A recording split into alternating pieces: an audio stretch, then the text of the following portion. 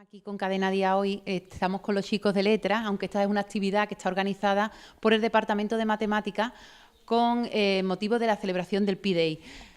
El año pasado ya empezamos con algunas actividades, pero este año hemos tenido muchas más. Y esta actividad es una especialmente querida porque esta es una actividad que tenemos aquí a muchos de nuestros alumnos que lo hemos tenido desde pequeños y creíamos que se iban a venir con nosotros a ciencias. Yo creía que tengo aquí mis desertores, pero bueno, los queremos mucho y yo quería también que ellos estuvieran presentes en este día. Entonces, como Javier es el profesor de clásica, el profesor de griego y de latín, y los griegos tienen tanta importancia en las matemáticas, pensamos en hacer una actividad conjunta. Ellos van a estar hablando de la antigua Grecia, van a hablar de Pitágoras, de Tales, os van a hacer un recorrido por los antiguos filósofos y matemáticos griegos, porque la idea que perseguimos siempre es la unión de las letras y la ciencia. Siempre, nosotros no nos gusta, soy de letras, soy de ciencia, aquí se sabe de todo, aquí tenemos que hacer lo que podamos. Entonces yo creo que es buena idea que Javier empiece a contar cómo va la actividad, cómo la han montado ellos. Sí, buenos días. En primer lugar, agradezco al Departamento de Matemáticas que haya contado con Humanidades, porque de esta manera, evidentemente, se cumple uno de los, objetivos que tenían los griegos, que era no distinguir en compartimentos estancos lo que eran las humanidades de las ciencias ni lo que eran las distintas disciplinas. Normalmente un filósofo abarcaba también las matemáticas. Ahí tienen a Pitágoras, Euclides, Tales de Mileto, etcétera. Como la trascendencia del mundo griego ha sido tanto y del aporte del mundo griego y el mundo romano ha sido tan grande para Occidente, y en la actualidad todavía nos sumergimos en muchos de sus desarrollos científicos e inventos, pues agradezco al Departamento de Matemáticas que no nos excluyeran a los de Humanidades y mucho menos a los que están dedicados más metidos en el mundo de las lenguas clásicas. Así que la participación del alumnado ha sido total, cosa que agradezco. Yo les dije en su momento que tendría en cuenta esa participación si es masiva, y han hecho pues distintos grupos donde han abarcado distintos temas: la filosofía, la medicina, las matemáticas, la arquitectura, la política, todo lo que actualmente nos ocupa en el mundo occidental y en el llamado primer mundo. Así pues, los protagonistas van a ser ellos, que en sus distintos grupos han hecho distintos trabajos, donde hay distintos representantes que van a hablar un poco en qué ha consistido ese trabajo y por qué lo han hecho de esta forma.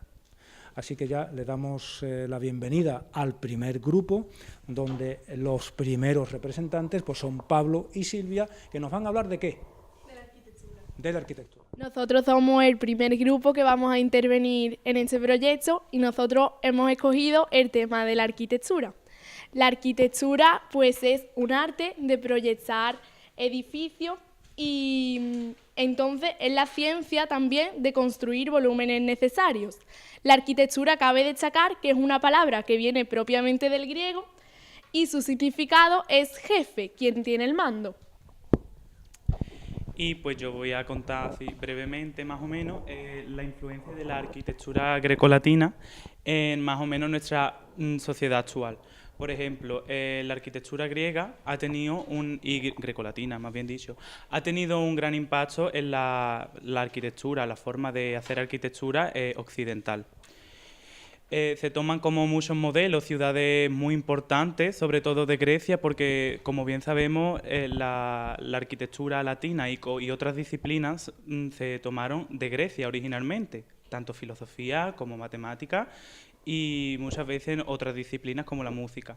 Entonces, al tomar la prestada de Grecia, se toman como referencia principalmente ciudades importantes como Delfos, Efeso, Mileto y Sicilia, por ejemplo. También en Atenas es muy importante y sobre todo se ha tomado también como referencia la forma de distribución de los anfiteatros.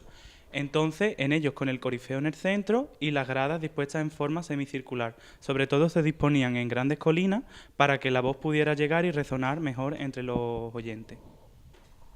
La arquitectura griega tiene ciertas características y es que es adintelada, aunque conocen la bóveda, no la utilizan.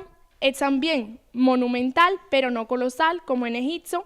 Es muy equilibrada en cuanto al trazado de su plantel esforzado en una fácil lectura y es fruto de un trabajo en equipo. Entonces todo se construye con mucha armonía. El material fundamental es la piedra y dentro de ella el mármol es la que prefieren. Ahora vamos a seguir diciendo los tipos de edificios que son más comunes en la arquitectura griega, que son el templo y el teatro. Pues como bien sabemos, el templo y el teatro eran unas estructuras, unas edificaciones muy importantes en la cultura grecolatina, pues ya sabemos que poseían una cultura politeísta en la que creían en varios dioses, y por ello tenían numerosos santuarios, ya no solo dedicados a un mismo dios, sino a varios dioses. Entonces nos imaginamos más o menos el número de santuarios y templos que tendría que haber. El templo podría haber tenido origen en el Megarón, en la habitación más importante de la casa griega, y el santuario de los dioses familiares, como una proyección del propio espacio familiar hacia un espacio público. Esto lo describe así Vitruvio. En las invasiones y guerras, los ganadores destruían el palacio del rey vencido, pero respetaban el Megarón, puesto que era la casa del dios de la región. Es decir, al llegar ahí, destruían los espacios públicos, pero mantenían los de las casas, pues lo tomaban como algo más personal. Así el templo más antiguo era el In Antis, que tiene todo el aspecto de ser una habitación que ha perdido la casa que tenía alrededor. Es como si se cogiera el templo que había, el templo entre comillas, dentro de la propia casa y se le quitara la casa y se quedara ese recinto. El teatro. En el teatro los griegos eran muy aficionados al teatro y construyeron para ello imponentes templos. Eran siempre al aire libre, ellos tenían siempre el teatro al aire libre y las representaciones, pues igual, lo que hemos dicho antes, de que se disponían sobre todo en colinas para que la voz pudiera resonar libremente. Las gradas tenían forma semicircular, como he dicho antes, y se sentaban en la ladera de un cerro. De esta forma aprovechaban la inclinación natural del terreno para permitir que todos los espectadores vieran el escenario sin obstáculos, como ahora más o menos en nuestros cines actuales, en las que las filas de atrás están más elevadas para que nadie tenga problemas con la gente de delante. Y el escenario estaba precedido por una zona también semicircular, la orquesta o corifeo, como he dicho antes, que servía como reflectante del sonido. Con este y otros artificios conseguían que en los teatros se pudieran acomodarse hasta 15.000 espectadores, cifra que aún hoy parece muy grande, pero los teatros actuales más grandes tienen menos y ni siquiera los teatros romanos llegaron a ese tamaño. Esto ha sido todo de la arquitectura griega y nos ha encantado ofreceros un poco más de la sabiduría de Grecia y Roma. Me llamo Mónica y pertenezco a la clase de Humanidades de primero bachillerato, y en este trabajo yo voy a hablar de la política en Grecia y Roma. La política es uno de los temas más importantes que había para los griegos, para los romanos, porque era su vida, la política era su vida para ellos. Y yo he escogido este tema porque es lo que más me gusta. Ahora mismo, en la actualidad, hay mucho que hablar sobre política y me parece muy importante hablar de este tema. Yo, en la política en la antigua Roma, yo voy a hablar de que era una civilización que la política para ellos era muy importante y tenían 3 tipos de sistema político. Tenían la monarquía, la república y el imperio. De la monarquía no se puede decir mucho porque se conoce muy poquito de ello, pero se habla, por ejemplo, en la Eneida se habla mucho de la monarquía que hubo en Roma. La monarquía estuvo desde los años 753 a.C. hasta el 509 a.C. La república está desde el año 509 hasta el 27 a.C. Y la república, la palabra viene de res publica, que significa cosa pública. Había tipos de instituciones o cargos que eran el consulado, el dictador, el senado y las asambleas populares. Y también estaban los censores, los cuestores, los pretores y los ediles. Y ya por último está el imperio, que estuvo desde el 27 a.C. hasta el 476 después de Cristo, con la caída del Imperio Romano. También tenemos que destacar la política en Grecia, que los griegos pues dejaron muchos nombres de personas de muchas ramas, por ejemplo, Hipócrates en la medicina, Herodoto, Tucídides y Jenofonte en la historia. También estaba Esquilo, Sófocles, Eurípides en el teatro, pero lo más importante para Grecia era la política. Muchas de las palabras que encontramos actualmente en la política vienen de los griegos. Por ejemplo, monarquía, aristocracia, tiranía, democracia. Y había unas instituciones que también las crearon ellos y hay algunas que están en la política actualmente. Por ejemplo, la Asamblea Popular, el Consejo de los 500 o Bulé, el Arcontado y el Areópago. De la democracia ateniense hay que decir que tenían unos principios que se asentaban en su democracia, que era la libertad, la igualdad de palabra, y la igualdad de la ley. Y uno de los políticos más importantes, que era también filósofo, es Sócrates. Y doy por finalizado mi trabajo y voy a pasar a Ana y a María Patricia. Somos María Patricia y Ana, alumnas de Humanidades de primero de bachillerato, y os vamos a presentar cómo era la filosofía en Grecia y Roma. Para empezar con los filósofos griegos, vamos a empezar con Platón, que era un filósofo griego del siglo V a.C. y era seguidor de Sócrates y maestro de Aristóteles. Uno de los temas que abordó Platón fue la lógica, y también Platón sostenía que el conocimiento era algo con lo que se nacía, que era totalmente contrario a lo que decía Aristóteles. Tenía la idea que el conocimiento se obtenía en un mundo de perfección, el cual llamaba topos uranos. Platón también defendía la idea de que existían dos mundos. Uno sería el mundo de las ideas y el otro sería el mundo de lo físico, siendo esto todo lo que nos rodea. Ahora voy a pasar a hablaros también un poco de Sófocles, que fue un filósofo nacido en Colono y fue un autor trágico y un pensador muy destacado. La filosofía, sus obras están empapadas de reflexiones y de conocimiento. Este autor lo conocemos mucho porque fue el que escribió Antígona y Edipo Rey, que son obras maestras del teatro trágico griego. Para terminar con los filósofos griegos, voy a hablaros de Sócrates, que nació en Atenas en el siglo V a.C. Y él destacaba mucho por hacer discusiones en Atenas a la gente, determinando si alguien tenía alguna idea de lo que se estaba hablando. La importancia que le dio fue al pensamiento, y él de conocerlo no es fácil, ya que nunca dejó nada por escribir. Él transmitía sus enseñanzas oralmente. Bueno, y dicho esto, yo voy a pasar a explicar dos de los más importantes filósofos romanos, que en este caso son Cicerón y Séneca. Cicerón fue un jurista político-filósofo, escritor y orador romano, y este centró su atención en su carrera política, ya que era un hombre responsable de la introducción de las más célebres escuelas filosóficas helenas en la intelectualidad republicana, así como de la creación de un vocabulario filósofo en latín. Y tuvo un gran amor por la filosofía por todos los viajes que hizo a Roma. Escribió una obra filosófica muy importante llamada Tusculanae Disputationes, en la que plantea la utilidad de la filosofía para soportar las dificultades de la vida, una consolación en las desgracias. Y el siguiente autor romano era Séneca, que su nombre real es Lucianeo Séneca, que fue un filósofo romano conocido por su obra de carácter moralista, y fue pensador intelectual y político. Y los temas que aborda en una de sus obras llamadas Tratados Morales, desde cómo ha de ser la clemencia de los gobernantes hasta cómo debe ser el sabio aprovechar su tiempo de ocio. Y Séneca nos muestra su filosofía del vir fortis, del dominio de sí mismo, de la fidelidad a la propia conciencia y de la entrega y servicio a los demás. Y dicho todo esto, pues vamos a pasar a Ángela y a Inés. Nosotras somos alumnas de primero de bachillerato de Humanidades y vamos a hablar de las matemáticas en Grecia. Yo me llamo Ángela y yo me llamo Inés.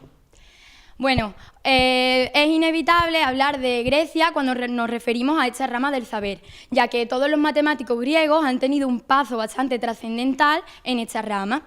Todos conocemos teoremas como el teorema de Pitágoras o como el teorema de Tales, y también sabemos que las grafías griegas son utilizadas en las matemáticas. Todos conocemos el número pi, pero también hay otras grafías griegas utilizadas como la alfa, la omega, la lambda.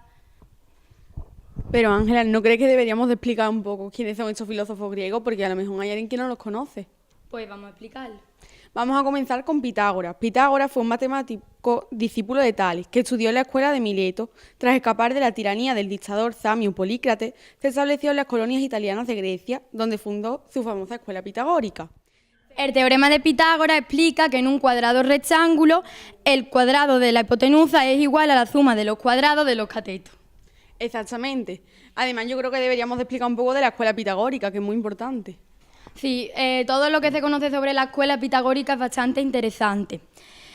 Fue una asociación religiosa y política. Para acceder a ella era necesario abstenerse de ciertos alimentos y observar el celibato. El celibato era permanecer soltero. En los grados más altos, los pitagóricos vivían en completa comunidad de bienes. Las enseñanzas de los pitagóricos se transmitían por vía oral y todo se atribuía al venerado Pitágoras, fundador de la escuela. La escuela se fue transformando en una hermandad con ritos y ceremonias secretas de la que se sabe muy poco. Este secretismo se extendía a todo lo que rodeaba la escuela, incluidos sus trabajos y descubrimientos matemáticos. Por eso no se tiene certeza sobre qué descubrieron y quién lo descubrió. La doctrina de los pitagóricos tenía esencialmente carácter religioso. Fundamentalmente consistió en que la sustancia de las cosas era el número. Todo estaba basado en relaciones numéricas enteras o funcionarias. Muy interesante, como habéis podido ver. Y ahora también, aparte de Pitágoras, no Tales, vamos a aplicar a Euclides, matemático griego, conocido como el padre de la geometría. Vivió en Alejandría, donde fundó una escuela de estudios matemáticos. De su legado cabe destacar su famoso tratado de geometría, titulado Los Elementos, una de las obras científicas más importantes de todo el mundo. En dicha obra se recopiló todo el conocimiento impartido en su centro académico. Asimismo, la geometría de Euclides fue un punto fundamental en otros campos del conocimiento, tales como la física, la química o la astronomía. Para finalizar este breve recorrido vamos a citar a Arquímedes, que todo el que sepa un poquito de ciencia sabe que fue el mayor matemático de la antigüedad. Se le atribuyen el cálculo de pi por aproximaciones sucesivas, la determinación de los volúmenes del cilindro y de la esfera. ¿No? ¿Qué de cosas? Bueno, sí, muchas cosas. Estos descubrimientos abrieron el camino de la mecánica y también del cálculo integral. Pero no puedes olvidar el uso de las grafías griegas, ¿no? Como ya hemos dicho, el número pi y demás. Sí, todos conocemos el número pi, que es el día que estamos celebrando hoy, pero además hay otras grafías griegas muy importantes. Por ejemplo, otra grafía griega muy importante en matemáticas es la alfa. La alfa es una grafía que en minúscula es usada en física para la aceleración angular y en estadística representa el coeficiente de significancia. También se utiliza mucho la delta. La delta en física se utiliza para denominar la densidad y en matemáticas la delta es utilizada como una variable para indicar un cambio en el valor de esta variable. En general, podemos decir que las matemáticas alcanzan ya su madurez en la antigua Grecia. Sin embargo, otras ciencias no lo hacen hasta siglos más tarde. Y con esto acabamos nuestra presentación y damos comienzo a la de nuestras compañeras Marta y Macarena. A continuación, mi compañera Marta y yo, que mi nombre es Macarena, vamos a presentar nuestro trabajo de la medicina en la antigua Grecia que hemos realizado. En primer lugar, cabe destacar que en la antigua Grecia existían grandes epidemias contagiosas que eran sobre todo de peste debido a la falta de higiene y a los castigos que los dioses podían mandarle por sus malos actos. En el siglo V aparece el primer investigador de la medicina, Hipócrates, que realiza diversos estudios sobre estas epidemias y también existían antecedentes que eran personas que ayudaban eran como cuidadores que se encargaban de los enfermos y que no tenían ninguna formación profesional. Estos antecedentes eran los esclavos, los médicos técnicos, los cirujanos y las parteras. Y además, también en la Ilíada ya apareció Podalirio y Macaón, quienes fueron los primeros practicantes de la medicina que se nombran en la historia de Grecia. Además, en el siglo V también aparecen las primeras escuelas de medicina y ya se empieza con un desarrollo para encontrar nuevos métodos de cura para estas enfermedades tan contagiosas y que producían muchas muertes en la población. A continuación, mi compañera Marta va a comenzar a explicar. Yo ahora voy a hablar un poco sobre cómo se trataban las enfermedades anteriores al comienzo de la investigación de la medicina, ¿no? Y se pensaba que, como se pensaban que eran por castigos de los dioses, pues las personas lo que hacían era, iban a los templos de la deidad correspondiente y al río que había más cercano acudían en busca de agua, porque pensaban que ese agua los purificaba y les curaba las enfermedades. Por lo tanto, tenían que vivir una especie de sueño y si el dios no se le aparecía, pues tendrían que ir a buscar otro templo de otra deidad para intentar buscar otra nueva cura.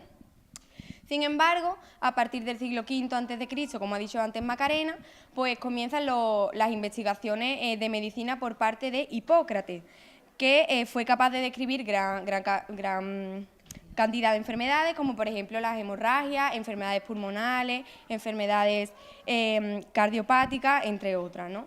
Y algunas de sus descripciones pues, no están tan detalladas como en la actualidad, pero sí que supusieron una gran base para lo que es la medicina actual.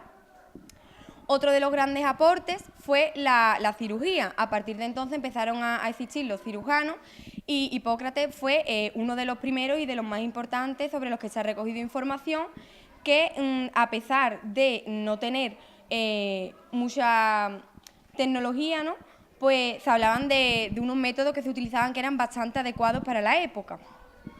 Y finalmente, pues hay algunos aspectos que caracterizan a Hipócrates. Por ejemplo, lo primero es que para investigar, pues parte de una base totalmente racional y científica, es decir, sacando de la explicación lo que son todas las explicaciones teológicas y que incumben a dioses. Y él lo que intenta es describir los orígenes de las enfermedades a partir de una base científica. Entonces va a crear una teoría que se llama los 4 humores y nos habla de la bilis, la flema, la sangre y el agua, que alterados pues son los que producen las principales enfermedades en las personas. Entonces se dedicó a estudiar cómo funcionaba el cuerpo y también su anatomía y demás. Y nada, pues esto se fue expandiendo y actualmente pues es una de las bases más importantes que tenemos de medicina. Y nada, esto sería todo, esperemos que os haya gustado y a continuación viene Julia y Aurora.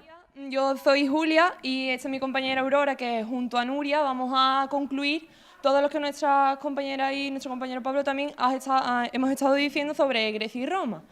Bueno, los aportes de Grecia y Roma a nuestra cultura y civilización occidental, como podemos comprobar, es la mayoría de las cosas. Grecia y Roma, que son esas dos antiguas civilizaciones, nos han dejado un gran legado en nuestro mundo actual y han dado la pauta para gran parte de nuestras civilizaciones. Pero, ¿de qué manera estas dos civilizaciones han influido en la actualidad? Voy a comenzar por Grecia, y que estaba formada por ciudades o polis, siendo Atenas y Esparta una de las más importantes. Y por otro lado tenemos a Roma, que nació en el 753 a.C., que su territorio se extendió alrededor de toda Grecia, pero no dominaron en cierto territorio, sino que al darse cuenta de lo impresionante que era su cultura, osaron por adaptarse a ella, formando así el Imperio Greco-Romano. Ahora nos vamos a centrar en Grecia. Y vamos a decir sus aportes culturales más importantes y los que más se notan actualmente. Vamos a comenzar por el arte, que el arte era el motivo de inspiración para los griegos. Belleza, proporción y armonía fueron la base de lo que hoy conocemos como el arte clásico. Por otro lado está la arquitectura, que los antiguos griegos desarrollaron estilos primarios a la hora de construir sus templos, como son el dórico, el jónico y el corintio, que todos los conocemos y lo podemos apreciar cuando nosotros vamos a visitar. Por otro lado está la pintura y la escultura, que estos dos han dado el alfabeto por un lado, que su invención reemplazó a la escritura ideográfica, y por otro lado está la literatura, que podemos destacar la Ilíada y la Odisea, que la hemos ya estudiado en otras asignaturas. Después está por otro lado la filosofía, que estamos estudiando nosotros ahora mismo en todos los institutos, y la ciencia, que para los griegos era sinónimo de trabajo, lo que estaba entregado exclusivamente a los esclavos. Y también, muy importante, la gastronomía, que la cocina griega es citada como un ejemplo de dieta mediterránea. Ahora nos vamos a centrar en Roma, que lo más importante, obviamente, tenemos el idioma, porque Roma se extendió su cultura a lo largo de los territorios conquistados. Con la difusión de su cultura se cimentó la unidad del pueblo romano, y el latín dio origen a un gran número de lenguas europeas. La civilización romana aporta a la humanidad el calendario juliano, aparte también del idioma, y este calendario es usado actualmente en todo Occidente. También, por otro lado, nos encontramos con el derecho romano, donde las leyes romanas constituyeron las bases del desarrollo con las leyes de los estados modernos del mundo contemporáneo. Por otro lado, tenemos también la arquitectura, donde la arquitectura romana se caracteriza por la monumentalidad y utilidad pública de sus constituciones.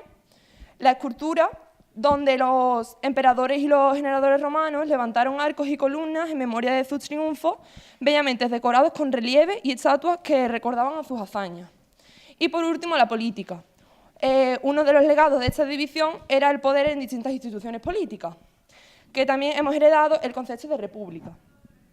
Ya para terminar, debemos decir que hoy en día nosotros hablamos una lengua que tuvo su origen en el latín de los romanos, usamos un calendario creado por Julio César, nuestro sistema de gobierno fue creado por ellos y además hasta hoy en día influye en la obra literaria de los griegos y los romanos, también podemos seguir reproduciendo su arquitectura por la gran belleza estética como las columnas. Y pues eso, podemos afirmar que estas dos civilizaciones son las bases de nuestro conocimiento y así acabamos nuestro trabajo. Mi nombre es Javier Valverde, soy jefe de departamento del Departamento de Transporte y Mantenimiento de Vehículos Autopropulsados, normalmente conocido como automoción, y la parte que nosotros intervenimos en el P-Day es la relación del movimiento con el número pi. Es decir, el número pi, como todo el mundo sabe o casi todo el mundo sabe, es la relación entre el radio de la circunferencia y su longitud, pero interviene en cualquier tipo de movimiento circular o no solamente circular sino periódico, es decir, cualquier cosa que sea un arco, un movimiento periódico, ahí interviene el número pi. La presentación que yo tenía puesto en otro lado es la relación entre el movimiento. Bueno, al fin y al cabo, sí, la matemática, la técnica es física de movimiento, o es, sí, ciencia de movimiento. Entonces, el número pi aquí interviene dentro de lo que sean todos los elementos del transporte directamente en la génesis del transporte. Por ejemplo, aquí tenemos un motor eléctrico, ¿vale? El motor eléctrico lo que genera, ¿qué es? Un movimiento circular. Al tener un movimiento circular, ya tenemos ahí en medio la relación con el número pi, ¿vale? Movimiento circular, en este caso, en la maqueta de los alumnos que nos han traído, tenemos dos motores eléctricos que mueven las dos ruedas del vehículo, ¿vale? Movimiento circular se transformará en movimiento recto por la rueda. Si esta rueda, cuando gire, el desarrollo de la circunferencia es lo que va a impulsar el movimiento del vehículo. Es imposible conseguir un movimiento de un vehículo con un motor lineal. No se puede. El motor genera el movimiento circular, se transmite como sea a la rueda, y es la rueda la que me llevará el movimiento circular, ¿vale? Y ahí es donde interviene toda la relación con el número pi y la transmisión. En este modelo no se ve, puesto que el motor ataca directamente a las ruedas, aunque aquí en medio hay una modificación al movimiento. Es decir, en este caso sí, porque el motor eléctrico, dentro de los motores de tracción, sí adapta muy bien la fuerza al movimiento, pero no es así siempre. Es decir, un motor eléctrico, que es lo que yo tengo ahí abajo, o motor en general, lo que genera es una potencia, una capacidad de desarrollar un trabajo, que en el caso del motor se traduce en dos parámetros: velocidad de giro y fuerza en el giro, que son indirectamente proporcionales, es decir, a más velocidad, menos par, a más fuerza, menos velocidad. Así que si yo este pequeño coche lo quisiera impulsar muy rápido, tendría que pesar muy poco para estos dos motores, porque si pesara mucho iría muy lento. De hecho, yo este motor, en el caso de los motores eléctricos, le puedo darle más fuerza o menos fuerza, modificando la parte eléctrica del asunto, pero nunca correría demasiado. Es la otra parte de la historia. El motor genera únicamente dos, con su potencia, que la potencia siempre es la misma. Yo no puedo modificar la potencia de este motor. Me da lo que me da, o más o menos, pero ya está. Pero sí puedo modificar a través de aquí es que no hay una cajita de cambios o los engranajes que tengan por aquí, puedo modificar lo que me dé al final de la rueda. ¿Que quiero mucha velocidad? Pues modifico para que me dé mucha velocidad, pero sé que me va a dar muy poca fuerza. Y por eso, por ejemplo, un superdeportivo como la foto que tenemos ahí abajo en la presentación, tiene mucha potencia el motor, pero el coche pesa poco para que corra. En cambio, en la otra foto que tengo ahí abajo, si yo lo que quiero es transportar mucha carga, el motor es muy potente, pero va a muy poca velocidad. Y abajo tengo un dumper de mina que carga 136 toneladas de roca, pero a 50 por hora. Y ahora tengo un superdeportivo que va a 350 kilómetros por hora. Y tiene menos potencia que el dumper de mina. ¿Pero por qué? Como pesa menos, no me hace falta más potencia para él. Es lo mismo que pasa con los coches de competición y todo el asunto, ¿vale? Y ya para acabar, si queréis, la relación directa, que es lo que estuvimos haciendo ayer con los compañeros de tercero de la ESO, es una bicicleta. Si yo voy pedaleando en una bicicleta, yo soy mi motor. El motor soy yo mismo. Seré más fuerte o menos fuerte, pero soy yo mismo. Si yo quiero subir una cuesta arriba, ¿qué tengo que hacer? Pedalear con más fuerza, pero llega un momento en que no tengo más fuerza. Tendré que modificar el cambio de velocidades de la bicicleta para poder subir la cuesta. ¿Cómo? Lo que solemos utilizar es un plato más chico y un piñón más grande. Tengo mucha fuerza, pero tengo poca velocidad. Tengo que dar muchas pedaladas para subir bien una cuesta, pero la subo. En cambio, si lo que quisiera es sprintar y muy rápido, ¿qué haría? Cogería el plato más grande y el piñón más chico para tener a cada pedalada muchas vueltas atrás. Cojo mucha velocidad, pero tengo muy poquita fuerza. No soy capaz de subir la cuesta en esas condiciones. ¿Por qué? Porque he preferido velocidad a fuerza. Entonces, yo nada más que puedo jugar con las dos cosas, o mucha velocidad o mucha fuerza. Ambas cosas a la vez no es posible. De hecho, si os fijáis, los ciclistas cuando van subiendo un puerto van muy lentos. No porque no puedan, que sí pueden, sino que es que como pongan mucha velocidad, al cabo de poco tiempo se desfondan, les entra la pájara y se acabó la carrera. Eso es lo que estuve experimentando ayer con los alumnos de tercero de ciencias aplicadas con sus bicicletas, que por ahí tendrán las fotos y los vídeos y todas esas cosas. ¿Vale?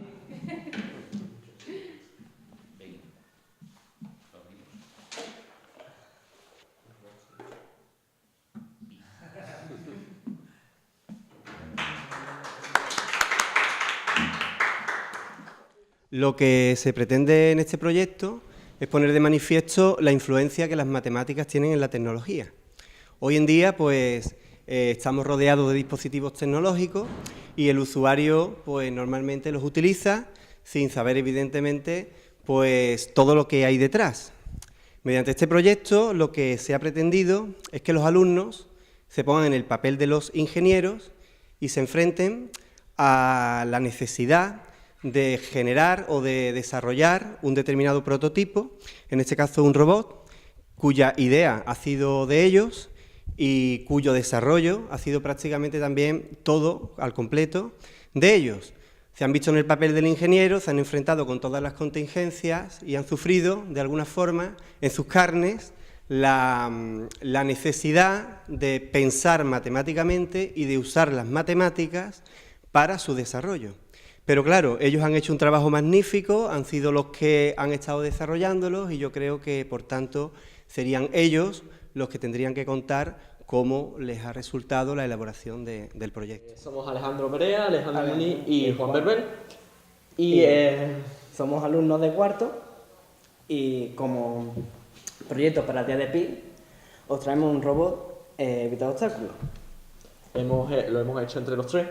Y nos ha presentado la idea nuestro maestro de matemáticas, Rafael Montero, y quería...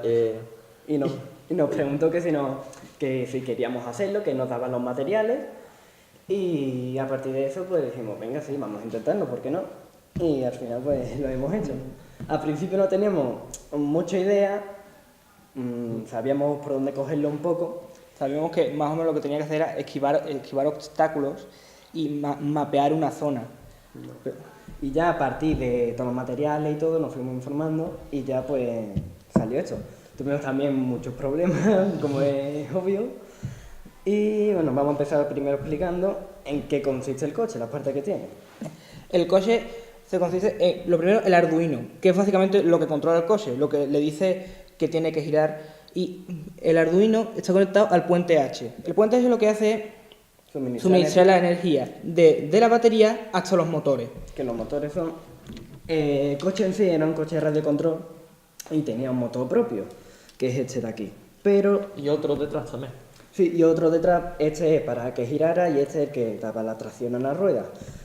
Primero lo íbamos a utilizar, pero es que después uno de los problemas era que las curvas, como la rueda, esto no tenía mucho radio, bueno, mucho ángulo de giro, no giraba bien el obstáculo. Entonces decidimos quitarle esto y ponerle como una rueda guía, que esta no gira ni hace nada, no está conectada a ningún motor, es simplemente la rueda para que tenga, para que no solo tenga dos, para que se pueda Claro, aparte se si mantenga. reemplaza las dos ruedas de adelante con una sola, que aparte fuera de plástico y no de goma, pues tiene menos tracción al suelo y por lo tanto puede girar mejor. Y entonces le quitamos el motor de la parte de atrás y lo sustituimos por los dos motores eléctricos que veis aquí. Los dos están conectados, como ha dicho Alejandro, al Arduino, al puente H y el puente H hasta el Arduino. Y lo hicimos básicamente así porque, para que, igual que en los tanques, me gusta este ejemplo, no tienen ruedas, son las orugas. Y para girar, una oruga gira para adelante y otra para atrás. Si quieres girar, por ejemplo, para la izquierda, la oruga derecha tiene que girar hacia adelante y la de la izquierda hacia atrás. Y hace así, y esto es básicamente lo que hace. Entonces un motor va hacia arriba, un motor va hacia adelante y la otra rueda va hacia atrás. Y tema de programación.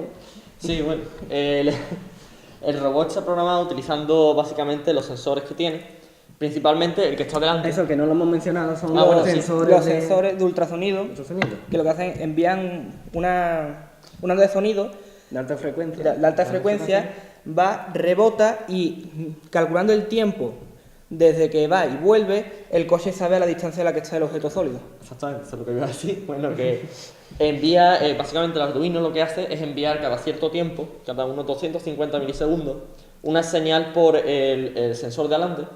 Y entonces eso lo que hace es calcular el tiempo de ida y vuelta, como ha dicho mi compañero Alejandro, y a partir de eso se utiliza la velocidad del sonido. Puedes calcular mediante una simple fórmula la distancia en centímetros que hay desde el sensor hasta un posible obstáculo. Entonces, si utilizas la distancia esa... Bueno, primero querría decir que hubo dos iteraciones de la versión que estamos utilizando ahora mismo. Básicamente, hubo dos formas de hacerlo. La primera fue que, al principio, cuando había menos de 30 centímetros de distancia desde el robot hasta un obstáculo, pues entonces ya ha empezado a pararse. Esto luego vimos que era malísimo para lo que vienen siendo las diagonales y para objetos dinámicos, es decir, que se mueven. Y bueno, en general era muy malo, así que tuvimos que mejorarlo. Y entonces lo que ideamos fue un sistema en el que voy a poner una metáfora porque es más sencillo así decirlo. Imagina que estás en un coche a 180 km por hora, que está yendo hacia una pared. Entonces tienes que parar, ¿no? Porque si no te estrellas. Entonces, imagina que el robot está en manos de ese coche. Entonces, en la primera versión... Bueno, perdón, querría decir también, que se me ha olvidado, un detalle muy importante, el coche tiene, como he dicho, hay 250 milisegundos entre cada vez que coge los datos del sensor, ¿no? Por lo tanto, esos 250 milisegundos son un punto ciego para el coche, es decir, que no puede hacer absolutamente nada más en ese tiempo. Por lo tanto, imagina que estás en el coche, ¿vale? Y vas hacia la pared a 180 km por hora y cada 3 segundos, pues cierra los ojos por un segundo. Bueno, pues en la primera versión del coche, eso es lo que hace. Solo cuando tenía los ojos abiertos, decía, mira, ya estoy a 1 kilómetro de distancia, voy a parar. ¿Esto qué pasa? Pues imagínate que se está acercando a la pared con los ojos cerrados, pues entonces no se da cuenta de que se está acercando. Entonces, la segunda versión lo que hace es que cuando está a una distancia mucho mayor, a unos 10 kilómetros de la pared, bueno, en este caso unos 50 centímetros, pues dice, voy a calcular la distancia que hay desde aquí hasta la pared. Y luego, a partir de eso, voy a esperar un tiempo y luego digo, cuando termine ese tiempo, voy a pararme. Y ahí ya sé que la pared va a estar justamente a unos 10 centímetros. O sea, lo que hace es mejor que curar, lo que hace es prevenir, ¿no? Hacerlo antes de tiempo. Y así es como hemos solucionado un problema bastante gordo sobre los sensores y en general el movimiento. Una cosa que es que no he nombrado es como El robo en sí está montado en un chasis de un antiguo coche teledirigido y también dispone de un altavoz que cuando se está acercando pues emite un pitido para que quede un poquito más estético. Bueno, estético no, que sepas que se está acercando.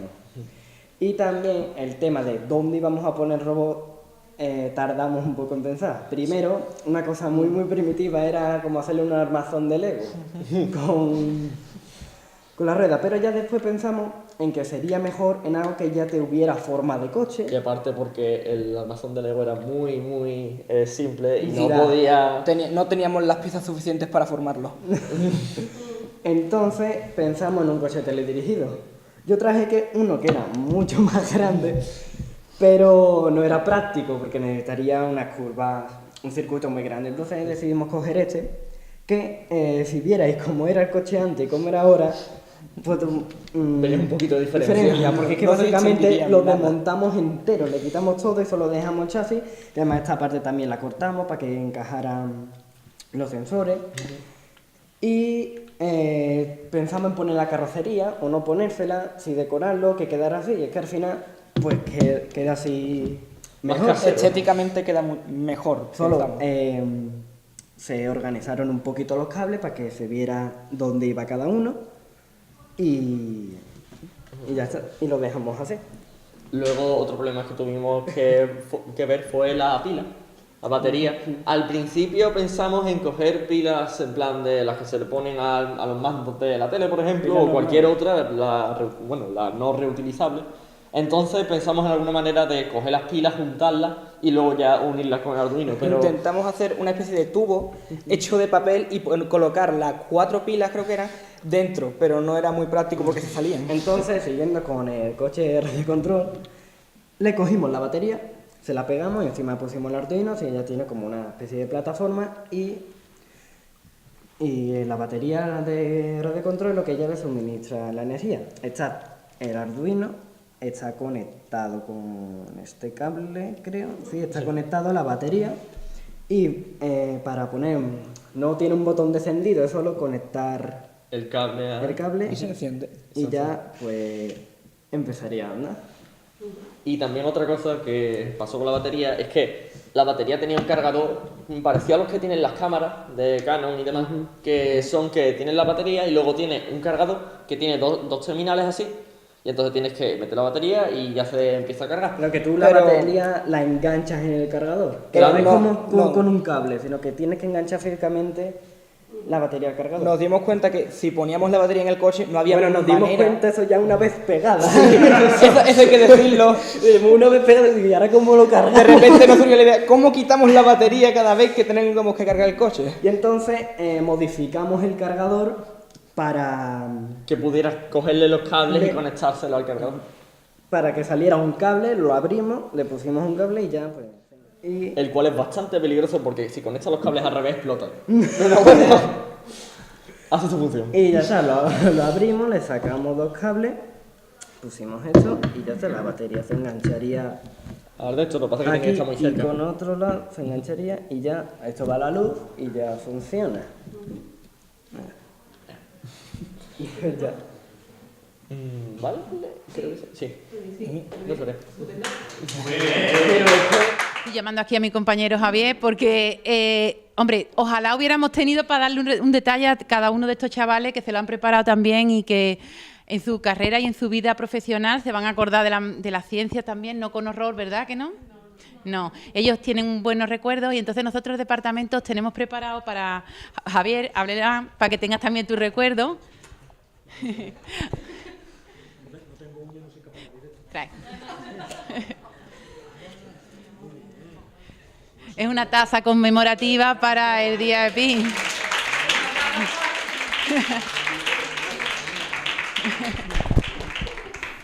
Muchas gracias. Y va por ustedes. Torero. Y luego, pues a vosotros os hemos preparado también vente, Rocío. Os hemos preparado un pequeño diploma y también... Muchas gracias. para que os acordéis del Pi-Day y lo tengáis allí en la emisora. Y también vuestra taza para que desayunando os acordéis que tenemos el 14 de marzo, celebramos en el IE La Campiña nuestro Pi-Day, ¿verdad?